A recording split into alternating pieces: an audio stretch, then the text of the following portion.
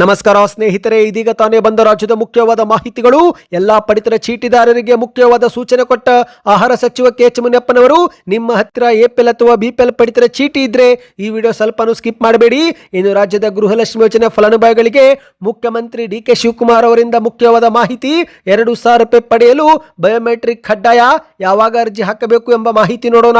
20 ಕೋಟಿ ರೂಪಾಯಿ ಅನುದಾನ ಮೀಸಲಿಟ್ಟ ಡಿ.ಕೆ. ಶಿವಕುಮಾರ್ ಅವರು ಗೃಹಲಕ್ಷ್ಮಿ ಯೋಜನೆ ಸಮಗ್ರ ಪರಿಶೀಲನೆ, ಏನಿದು ಮಾಹಿತಿ ನೋಡೋಣ. ಮತ್ತೊಂದೆಡೆಯಲ್ಲಿ ಮುಖ್ಯಮಂತ್ರಿ ಸ್ಥಾನದಿಂದ ರಾಜೀನಾಮೆ ಕೊಟ್ಟ ಬೆನ್ನಲ್ಲೇ ಇದೀಗ ಚುನಾವಣಾದಿಂದಲೂ ಕೂಡ ರಾಜ್ಯಕ್ಕೆ ನಿವೃತ್ತಿ ಘೋಷಣೆ ಮಾಡಿದಂತ ಮಾಜಿ ಮುಖ್ಯಮಂತ್ರಿ ಸಿದ್ದರಾಮಯ್ಯನವರು ಇನ್ನು ಮುಂದೆ ಚುನಾವಣೆಯಲ್ಲಿ ಪಾಲ್ಗೊಳ್ಳೋದಿಲ್ಲ ಎಂದಿದ್ದಾರೆ. ಯಾಕೇನಾಯ್ತು ನೋಡೋಣ ಸ್ನೇಹಿತರೆ.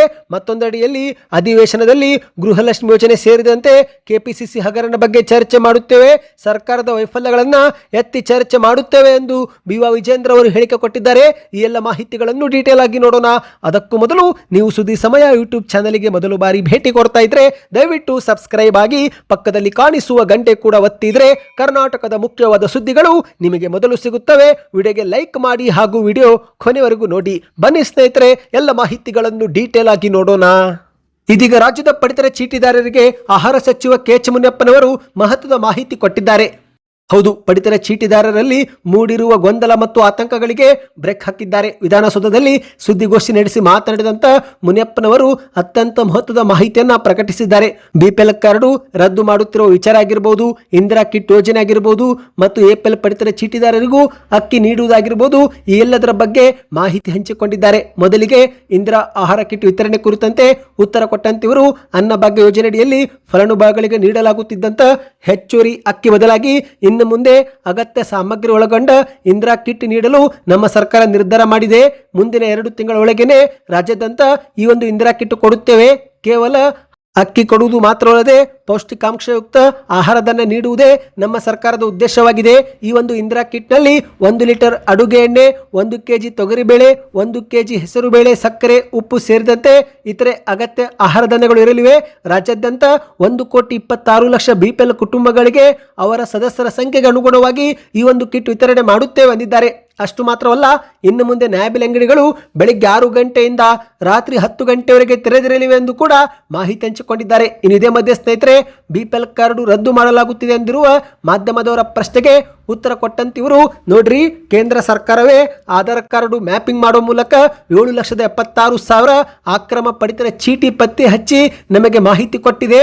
ಆ ಒಂದು ನಿಯಮಾವಳಿಗಳ ಪ್ರಕಾರವೇ ಅಂತವರ ಬಿಪಿಎಲ್ ಕಾರ್ಡು ಎಪಿಎಲ್ ಕಾರ್ಡ್ ಆಗಿ ಪರಿವರ್ತಿಸುತ್ತಿದ್ದೇವೆ ಹೊರತು ಯಾರದ್ದು ಕಾರ್ಡು ಕೂಡ ನಾವು ರದ್ದು ಮಾಡುತ್ತಿಲ್ಲ ಎಂದು ಸ್ಪಷ್ಟಪಡಿಸಿದ್ದಾರೆ. ಆದಾಯ ತೆರಿಗೆ ಪಾವತಿ ಮಾಡುತ್ತಿದ್ರೆ, ಸರ್ಕಾರಿ ನೌಕರರಾಗಿದ್ರೆ ಅಂತವರ ಬಿಪಿಎಲ್ ಕಾರ್ಡು ರದ್ದು ಮಾಡಿ ಎಪಿಎಲ್ ಕಾರ್ಡ್ ಆಗಿ ಪರಿವರ್ತಿಸುತ್ತಿದ್ದೇವೆ ಎಂದು ಸ್ಪಷ್ಟಪಡಿಸಿದ್ದಾರೆ. ಒಂದು ವೇಳೆ ಹರ ಕುಟುಂಬಗಳ ಕಾರ್ಡುಗಳು ತಾಂತ್ರಿಕ ದೋಷದಿಂದ ತಪ್ಪಾಗಿ ಎಪಿಎಲ್ಗೆ ಸೇರಿದ್ರೆ ಅಂತವರು ಸ್ಥಳೀಯ ಆಹಾರ ಇಲಾಖೆಗೆ ಆಕ್ಷೇಪಣೆ ಸಲ್ಲಿಸಿದ 24 ಗಂಟೆಯೊಳಗೆ ಮರುಪರಿಶೀಲಿಸಿ ಮೊದಲಿನಂತೆ ಬಿಪಿಎಲ್ ಸೌಲಭ್ಯ ನೀಡುತ್ತೇವೆ ಎಂದು ಕೂಡ ಉತ್ತರ ಕೊಟ್ಟಿದ್ದಾರೆ. ಇನ್ನು ಇದೆರಡು ಸ್ನೇಹಿತರೆ, ಎಪಿಎಲ್ ಪಡಿತರ ಚೀಟಿದಾರರಿಗೂ ಮತ್ತೆ ಅಕ್ಕಿ ಕೊಡುತ್ತೇವೆ ಎಂದಿದ್ದಾರೆ. ಹೌದು, ಈ ಒಂದು ಹಿಂದೆ ಎಪಿಎಲ್ ಕುಟುಂಬಗಳಿಗೆ ಪ್ರತಿ ತಿಂಗಳು 15 ಕೆಜಿ ಅಕ್ಕಿ ನೀಡುವ ವ್ಯವಸ್ಥೆ ಜಾರಿಯಲ್ಲಿತ್ತು. ಆದರೆ ಬಹುತೇಕ ಎಪಿಎಲ್ ಕುಟುಂಬದಾರರು ಪಡಿತರ ಕೇಂದ್ರಕ್ಕೆ ಭೇಟಿ ಕೊಟ್ಟು ಅಕ್ಕಿ ಪಡೆದುಕೊಳ್ಳದ ಕಾರಣ ಈ ಒಂದು ವ್ಯವಸ್ಥೆಯನ್ನ ಸ್ಥಗಿತಗೊಳಿಸಲಾಗಿತ್ತು. ಆದರೆ ಈಗ ಬಿಪಿಎಲ್ ಇಂದ ಎಪಿಎಲ್ಗೆ ವರ್ಗಾವಣೆ ಆಗಿರುವ ಕುಟುಂಬಗಳಿಗೆ ಮತ್ತೊಮ್ಮೆ ಅಕ್ಕಿ ಕೊಡುವ ಬಗ್ಗೆ ಸಚಿವ ಸಂಪುಟ ಸಭೆಯಲ್ಲಿ ಚರ್ಚಿಸಿ ತೀರ್ಮಾನ ಪ್ರಕಟಿಸುತ್ತೇವೆ ಎಂದು ಉತ್ತರಿಸಿದ್ದಾರೆ. ಅಂದಹಾಗೆ ಸ್ನೇಹಿತರೆ, ಈಗ ಮತ್ತೊಂದು ಸಿಹಿ ಸುದ್ದಿ ಏನೆಂದ್ರೆ, ಬಿಪಿಎಲ್ ಪಡಿತರ ಚೀಟಿಯ ಆದಾಯ ಮಿತಿ ಹೆಚ್ಚಿಸಲು ಕ್ರಮ ತೆಗೆದುಕೊಳ್ಳುವುದಾಗಿ ಮುನಿಯಪ್ಪನವರು ಮಾಹಿತಿ ಕೊಟ್ಟಿದ್ದಾರೆ. ಹೌದು, ಪ್ರಸ್ತುತ ಬಿಪಿಎಲ್ ಕಾರ್ಡು ಪಡೆದುಕೊಳ್ಳಬೇಕಂದ್ರೆ ಕುಟುಂಬದ ವರ್ಷದ ಆದಾಯ 1,20,000 ರೂಪಾಯಿಗಿಂತ ಕಡಿಮೆ ಇರಬೇಕು.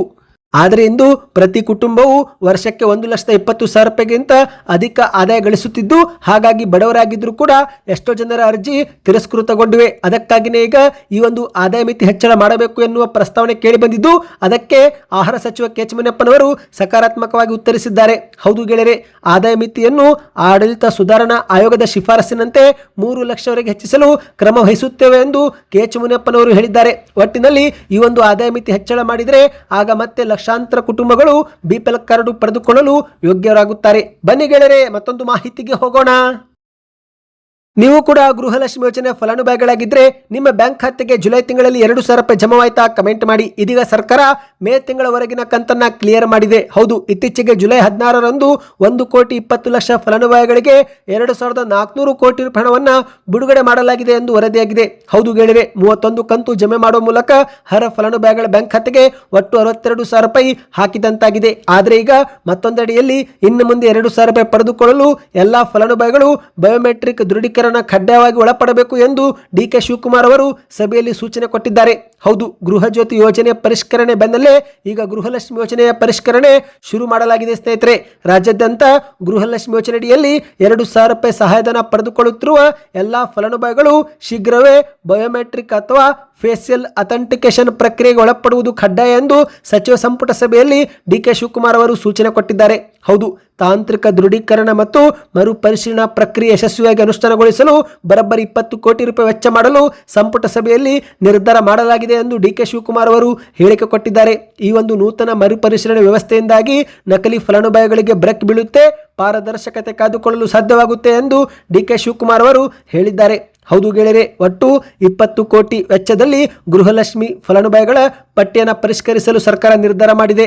ಈ ಮೂಲಕ ನಿಜ ಹಾಗೂ ಅರ್ಹ ಫಲಾನುಭವಿಗಳಿಗೆ ಮಾತ್ರ ಹಣ ತಲುಪುವಂತೆ ಮಾಡುವುದು ನಮ್ಮ ಸರ್ಕಾರದ ಮುಖ್ಯ ಉದ್ದೇಶ ಎಂದು ಡಿ.ಕೆ. ಶಿವಕುಮಾರ್ ಅವರು ಹೇಳಿದ್ದಾರೆ. ಹೌದು ಸ್ನೇಹಿತರೆ, ಇದೀಗ ಬಯೋಮೆಟ್ರಿಕ್, ಬ್ಯಾಂಕ್ ಖಾತೆ ಮತ್ತು ಮೊಬೈಲ್ ಸಂಖ್ಯೆ ಸೇರಿದಂತೆ ಎಲ್ಲ ಮಾಹಿತಿಗಳನ್ನು ಪರಿಶೀಲನೆ ಮಾಡುವುದಾಗಿ ಡಿ.ಕೆ. ಶಿವಕುಮಾರ್ ಅವರು ಹೇಳಿದ್ದಾರೆ. ಯಾರದ್ದೋ ದೂರವಾಣಿ ಸಂಖ್ಯೆ, ಯಾರದ್ದೋ ಬ್ಯಾಂಕ್ ಖಾತೆ ಕೊಟ್ಟರೆ ಇನ್ನು ಮುಂದೆ ಅಂತವರಿಗೆ ಹಣ ಜಮೆ ಮಾಡೋದಿಲ್ಲ. ಗಂಡ ಅಥವಾ ಮಕ್ಕಳ ಬ್ಯಾಂಕ್ ಖಾತೆ ಇದ್ರೂ ಅವುಗಳನ್ನು ಪರಿಗಣಿಸೋದಿಲ್ಲ. ಏನೇ ಇದ್ರೂ ಮಹಿಳಾ ಯಜಮಾನಿಯ ಬ್ಯಾಂಕ್ ಖಾತೆಗೆ ಮಾತ್ರ ಹಣ ಜಮಾ ಮಾಡುತ್ತೇವೆ ಎಂದು ಡಿ.ಕೆ. ಶಿವಕುಮಾರ್ ಅವರು ಸೂಚನೆ ಕೊಟ್ಟಿದ್ದಾರೆ. ನಿಮ್ಮ ಬ್ಯಾಂಕ್ ಖಾತೆಗೆ ಹಣ ಜಮೆ ಆಗ್ತಾ ಇದೆಯಾ? ಕಮೆಂಟ್ ಮಾಡಿ. ಬನ್ನಿ ಗೆಳೆಯರೆ, ಮತ್ತೊಂದು ಮಾಹಿತಿಗೆ ಹೋಗೋಣ. ಇದೀಗ ಮೊದಲ 3 ವರ್ಷ ಮುಖ್ಯಮಂತ್ರಿಯಾಗಿ ಆಡಳಿತ ಮಾಡಿದ ನಂತರ ಸಿಎಂ ಸ್ಥಾನಕ್ಕೆ ರಾಜೀನಾಮೆ ಕೊಟ್ಟಿರುವ ಮಾಜಿ ಮುಖ್ಯಮಂತ್ರಿ ಸಿದ್ದರಾಮಯ್ಯನವರು ಇವತ್ತು ಚುನಾವಣಾದಿಂದಲೂ ಕೂಡ ರಾಜಕೀಯ ನಿವೃತ್ತಿ ಘೋಷಣೆ ಮಾಡಿದ್ದಾರೆ. ಹೌದು ಗೆಳೆಯರೆ, 2028ರ ವಿಧಾನಸಭಾ ಚುನಾವಣೆಗೆ ಸ್ಪರ್ಧೆ ಮಾಡುವುದಿಲ್ಲ ಎಂದು ಮಾಜಿ ಮುಖ್ಯಮಂತ್ರಿ ಸಿದ್ದರಾಮಯ್ಯನವರು ಬಹಿರಂಗವಾಗಿ ಘೋಷಣೆ ಮಾಡಿದ್ದಾರೆ. ಇವತ್ತು ಮಂಡ್ಯ ಜಿಲ್ಲೆಯ ಕೆ.ಆರ್. ಪೇಟೆಯಲ್ಲಿ ನಡೆದಂತ ಕೆ.ಆರ್. ಪೇಟೆ ಕೃಷ್ಣ ಅವರ ಹುಟ್ಟುಹಬ್ಬ ಕಾರ್ಯಕ್ರಮದಲ್ಲಿ ಭಾಗಿಯಾಗಿ ಮಾತನಾಡುತ್ತಿರುವ ವೇಳೆ ಚುನಾವಣಾ ರಾಜಕೀಯ ನಿವೃತ್ತಿ ಸಿದ್ದರಾಮಯ್ಯನವರು ಘೋಷಣೆ ಮಾಡಿದ್ದು ಸದ್ಯ ಇವರ ಒಂದು ಹೇಳಿಕೆ ಕಾಂಗ್ರೆಸ್ ಅಲ್ಲೇ ಸಂಚಲನ ಮೂಡಿಸಿದೆ. ಹೌದು ಗೆಳೆಯರೆ, ಅಷ್ಟು ಮಾತ್ರವಲ್ಲ, ಚುನಾವಣಾ ರಾಜಕೀಯ ನಿವೃತ್ತಿ ಕೊಡುತ್ತಿರುವುದು ಯಾಕೆ ಎನ್ನುವುದು ಸ್ವತಃ ಸಿದ್ದರಾಮಯ್ಯನವರೇ ಸ್ಪಷ್ಟಪಡಿಸಿದ್ದಾರೆ. ಈಗ ನೀವು ಸ್ಕ್ರೀನ್ ಮೇಲೆ ಒಂದು ಟ್ವೀಟ್ ನೋಡ್ತಿರಬಹುದು. ಇದು ಮಾಜಿ ಮುಖ್ಯಮಂತ್ರಿ ಸಿದ್ದರಾಮಯ್ಯನವರೇ ಮಾಡಿದ ಟ್ವೀಟ್ ಆಗಿದೆ. ರಾಜಕೀಯ ಕ್ಷೇತ್ರ ಇಂದು ಕಲುಷಿತಗೊಂಡಿರುವುದರಿಂದ 2028ರ ವಿಧಾನಸಭಾ ಚುನಾವಣೆಯಲ್ಲಿ ನಾನು ಸ್ಪರ್ಧಿಸುವುದಿಲ್ಲ.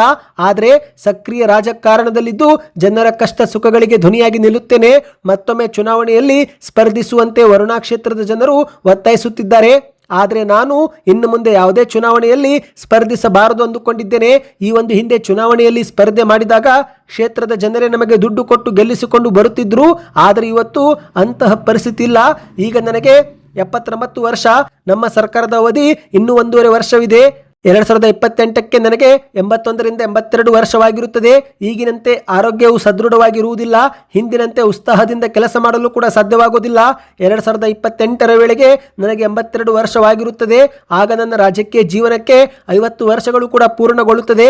1978ರಲ್ಲಿ ನಾನು ತಾಲೂಕು ಮಂಡಳಿ ಸದಸ್ಯನಾಗಿ ರಾಜಕೀಯ ಜೀವನ ಆರಂಭಿಸಿದ್ದೆ. ಸೋಲು ಗೆಲುವು ಎಲ್ಲವನ್ನು ಕಂಡಿದ್ದೇನೆ. ಆದರೆ ನಂಬಿದ ಸಿದ್ಧಾಂತಕ್ಕೆ ವಿರುದ್ಧವಾಗಿ ನಡೆದಿಲ್ಲ. ಆತ್ಮಸಾಕ್ಷಿಗೆ ದ್ರೋಹ ಬಗದಿಲೆನ್ನುವ ಸಂತೃಪ್ತಿ ನನಗಿದೆ. ಇಂದು ಚುನಾವಣೆಯಲ್ಲಿ ಸ್ಪರ್ಧಿಸಿದರೆ ನಾವೇ ಜನರಿಗೆ ದುಡ್ಡು ಕೊಡಬೇಕಾದ ಕಾಲ ಬಂದಿದೆ. ಇಂದು ರಾಜಕಾರಣ ಸಾಕಷ್ಟು ಕಲುಷಿತವಾಗಿದೆ. ಪ್ರಾಮಾಣಿಕ ರಾಜಕಾರಣಕ್ಕೆ ಉಳಿಗಾಲವಿಲ್ಲದಂತಾಗಿದೆ. ಇದೇ ಒಂದು ಹಿನ್ನೆಲೆಯಲ್ಲಿ ಮುಂದಿನ ಚುನಾವಣೆಗಳಲ್ಲಿ ನಾನು ಸ್ಪರ್ಧಿಸುವುದಿಲ್ಲ ಎನ್ನುವ ನಿರ್ಧಾರಕ್ಕೆ ಬಂದಿದ್ದೇನೆ. 5 ದಶಕಗಳ ಕಾಲ ರಾಜ್ಯದ ಜನತೆ ನನ್ನನ್ನು ತಮ್ಮಲ್ಲೊಬ್ಬ ಎಂಬಂತೆ ಕಂಡಿದ್ದಾರೆ, ಪ್ರೀತಿಯಿಂದ ಸಲಹಿದ್ದಾರೆ. ಈ ಋಣಭಾರ ನನ್ನ ಮೇಲಿದೆ. ಹೀಗಾಗಿ ನನ್ನ ಮುಂದಿನ ಜೀವನ ಸಹ ಜನಸೇವೆಗೆ ಮುಡಿಪಾಗಿರುತ್ತದೆ. ಮಂಡ್ಯ ಜಿಲ್ಲೆಯ ಕೆ.ಆರ್. ಪೇಟೆಯಲ್ಲಿ ಶನಿವಾರ ಆಯೋಜಿಸಿದ್ದ ಖಾಸಗಿ ಸಮಾರಂಭವೊಂದರಲ್ಲಿ ಪಾಲ್ಗೊಂಡು ಮಾತನಾಡಿದೆ ಎಂದು ಮಾಜಿ ಸಿಎಂ ಸಿದ್ದರಾಮಯ್ಯನವರು ಟ್ವೀಟ್ ಮಾಡಿ ಚುನಾವಣಾ ರಾಜಕೀಯ ನಿವೃತ್ತಿ ಬಗ್ಗೆ ಮಾಹಿತಿ ಹಂಚಿಕೊಂಡಿದ್ದಾರೆ. ಬನ್ನಿ ಸ್ನೇಹಿತರೆ, ಕೊನೆಯ ಮಾಹಿತಿಗೆ ಹೋಗೋಣ. ಇದೀಗ ಅಧಿವೇಶನದಲ್ಲಿ ಗೃಹಲಕ್ಷ್ಮಿ ಕೆಪಿಎಸ್ಸಿ ಹಗರಣ ಚರ್ಚೆ ಮಾಡುವುದಾಗಿ ಬಿ.ವಾ. ವಿಜೇಂದ್ರ ಅವರು ಮಾಧ್ಯಮಗಳ ಮುಂದೆ ಹೇಳಿದ್ದಾರೆ.